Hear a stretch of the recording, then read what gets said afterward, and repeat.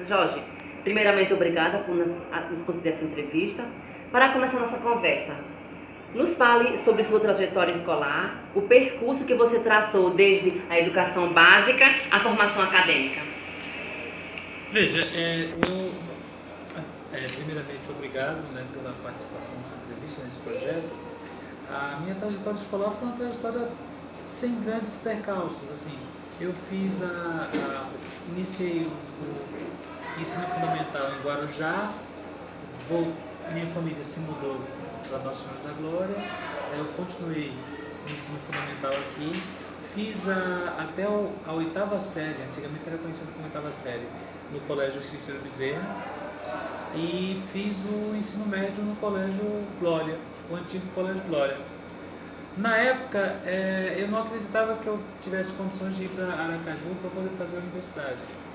Então, eu até falava para um colega meu que eu ia esperar que a universidade viesse para a Glória para eu fazer o curso superior. E aconteceu, né? Veio o curso do PQD e aí eu fiz o curso de letras aqui em Glória mesmo, por um projeto de extensão da Universidade Federal de Sergipe.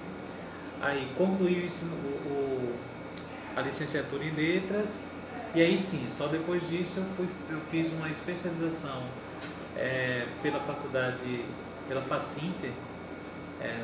Os professores vinham do Paraná aqui para Aracaju, eu fiz a minha especialização aí, fiz uma outra especialização na UFES e finalmente agora em 2001 ou em 2011 eu concluí o mestrado na Universidade Federal de Sergipe.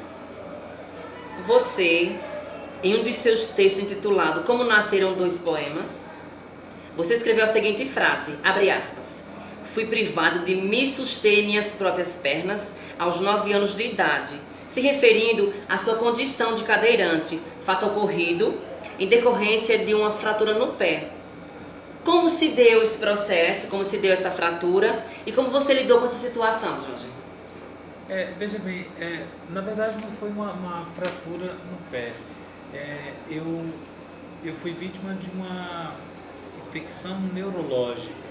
Na época, os médicos não tinham um diagnóstico preciso do que era e eu fiquei sendo uma espécie de cobaia para alguns médicos aqui em Aracaju, até que assim, eu fiquei internado em um hospital, depois internado em outro. Cheguei inclusive a ficar isolado por um mês no hospital, porque os médicos acreditavam que era algo contagioso. No momento em que eu adoeci, eu não tive um diagnóstico.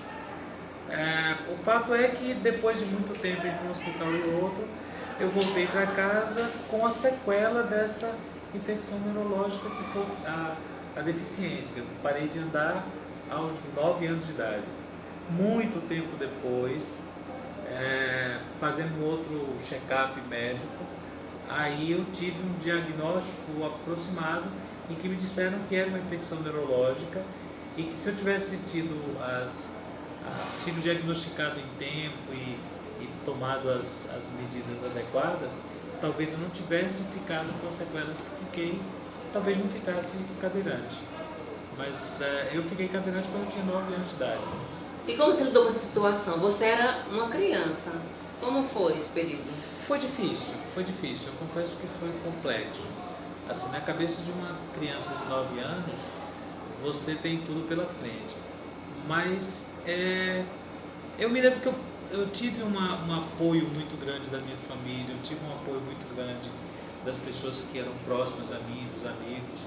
E esse apoio, esse carinho do seio familiar e dos amigos, ele é muito importante. Então eu fui conseguindo superar a dificuldade. Eu me lembro que logo que eu fiquei deficiente, eu fazia as contas assim, eu tinha uma esperança de voltar a andar. Então eu fazia as contas assim, eu tinha 9 anos, então eu me dava um prazo de até os 18, eu ainda segurar essa esperança de voltar a andar. Passou dos 18, eu não teria mais essa esperança. E aí eu passei a contar a minha vida, 9 anos andando, 9 anos sentado, né? Quando passou dos 18, sentado ganhou. Aí eu passei a me acostumar, na verdade a minha vida é sentada, eu sou cadeirante, e aí a coisa se resolveu na minha cabeça. Eu aprendi a a me reconhecer cadeirante, aprendi a conviver com as limitações que o fato de ser cadeirante proporciona, e eu consegui viver muito bem. Eu acho que eu tenho muito orgulho de falar que eu acho que eu tive uma vida muito plena. Eu consegui fazer praticamente todas as coisas que eu quis fazer. Eu aproveitei de tudo, eu tive ótimas experiências e tenho ótimas experiências, né? Ser cadeirante no início é um problema, mas o ser humano ele tem essa capacidade de se adaptar, de dar a volta por cima, de resolver suas situações e, sobretudo, de viver em qualquer circunstância. Então a cadeira não lhe privou, na verdade, de nada, porque você conseguiu superar e seguir em frente em sua vida normal. Exato, eu tenho, assim, às vezes, inclusive meus amigos também dizem isso, que às vezes eles esquecem que eu sou cadeirante, porque a gente faz tudo, a gente vive plenamente. É claro que a sociedade ela não está adaptada para as diversidades humanas, né? Então você encontra barreiras, você encontra barreira arquitetônica, você encontra barreira atitudinal, você encontra pessoas com preconceito, você encontra várias barreiras, mas são barreiras que você encontra sendo deficiente e são outras barreiras que você encontra também não sendo. A vida é cheia de obstáculos, a gente tem que aprender a ir transpondo os obstáculos. Se a gente não puder pular, a gente dá a volta, contorna e segue em frente. Isso é verdade.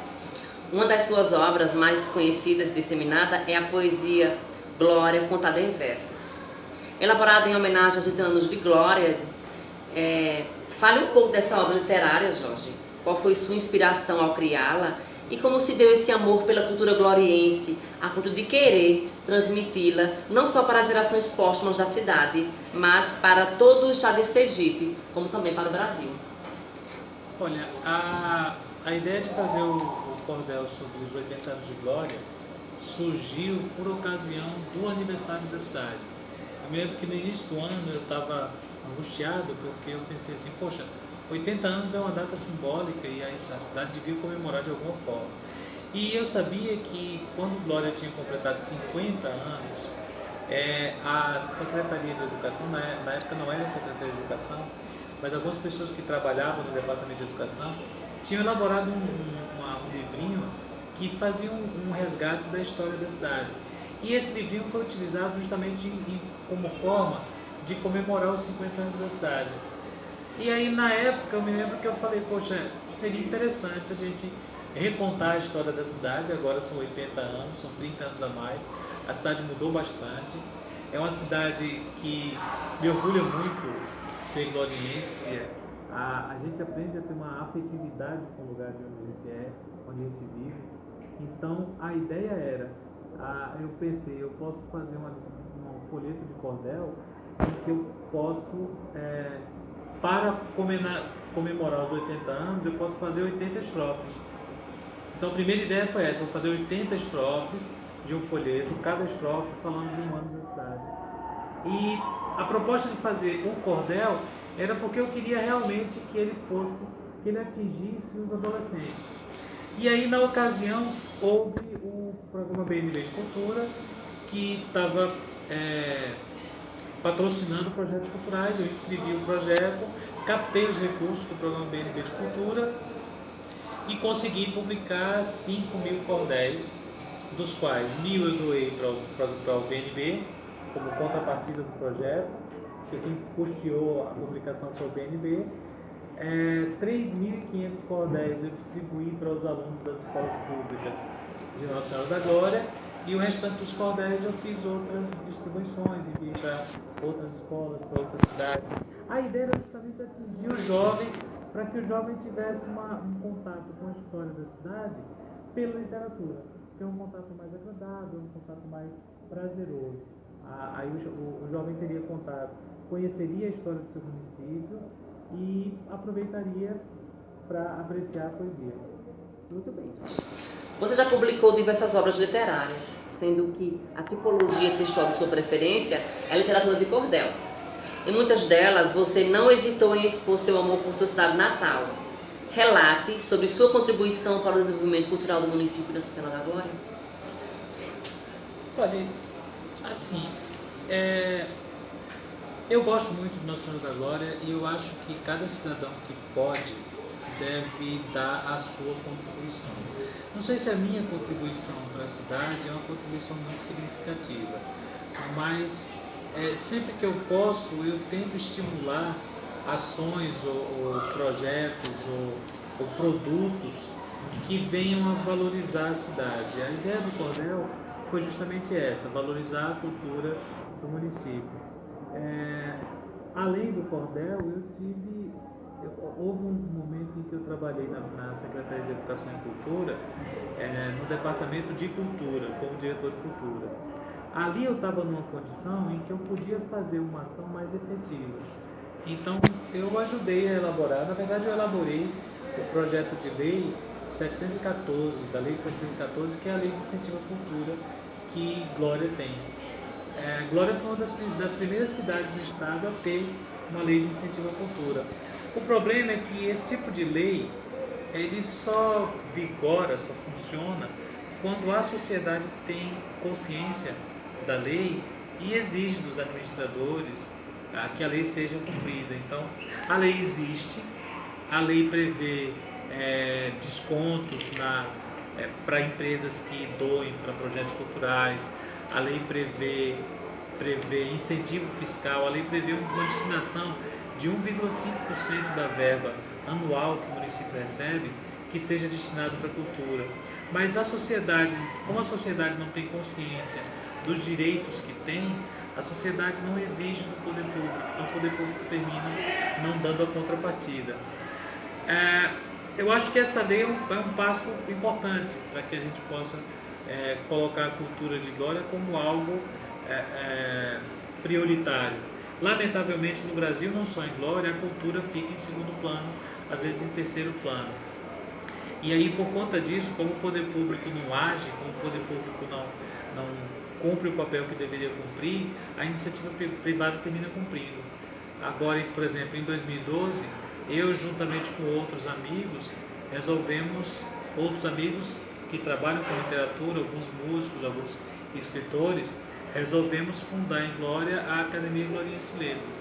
A Academia Gloriense de Letras, ela é um órgão, é uma ONG, é um órgão não governamental, quer dizer, é uma entidade da iniciativa privada, mas que cumpre a função de promover ações, promover eventos que proporcionem o desenvolvimento cultural da região.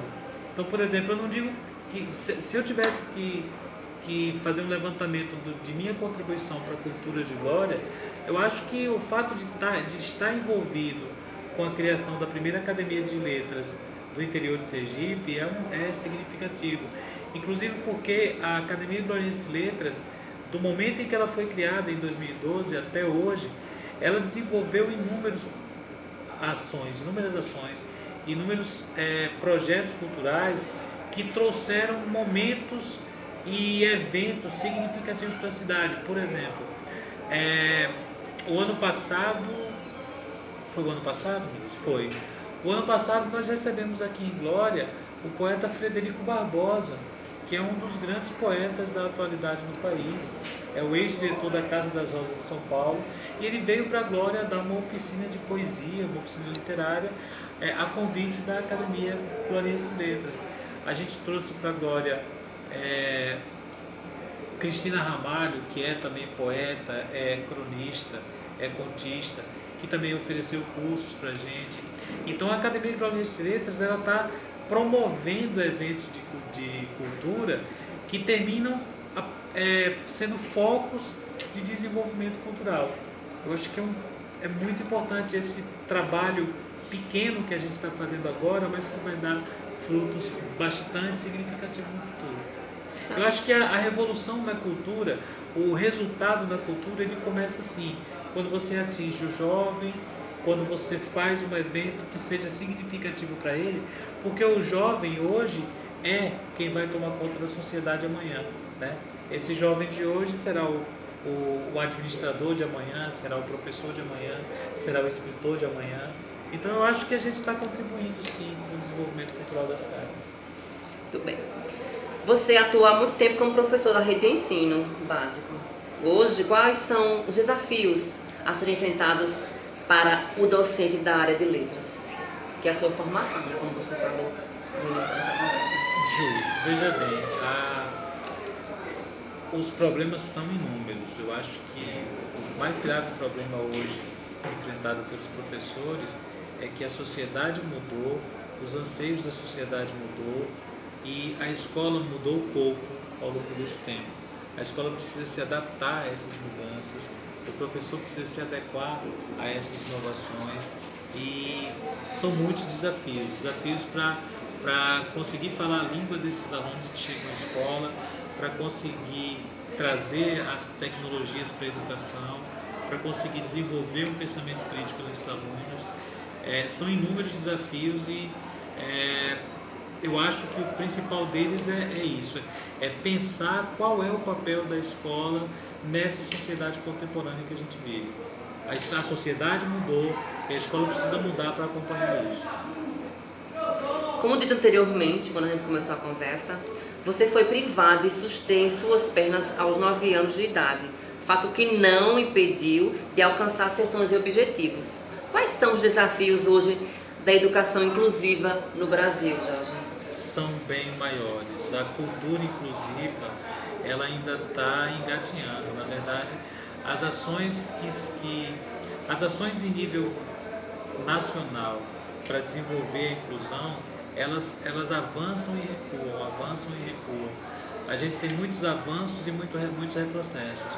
Há um desencontro entre a política do governo federal, a política estadual e a política municipal.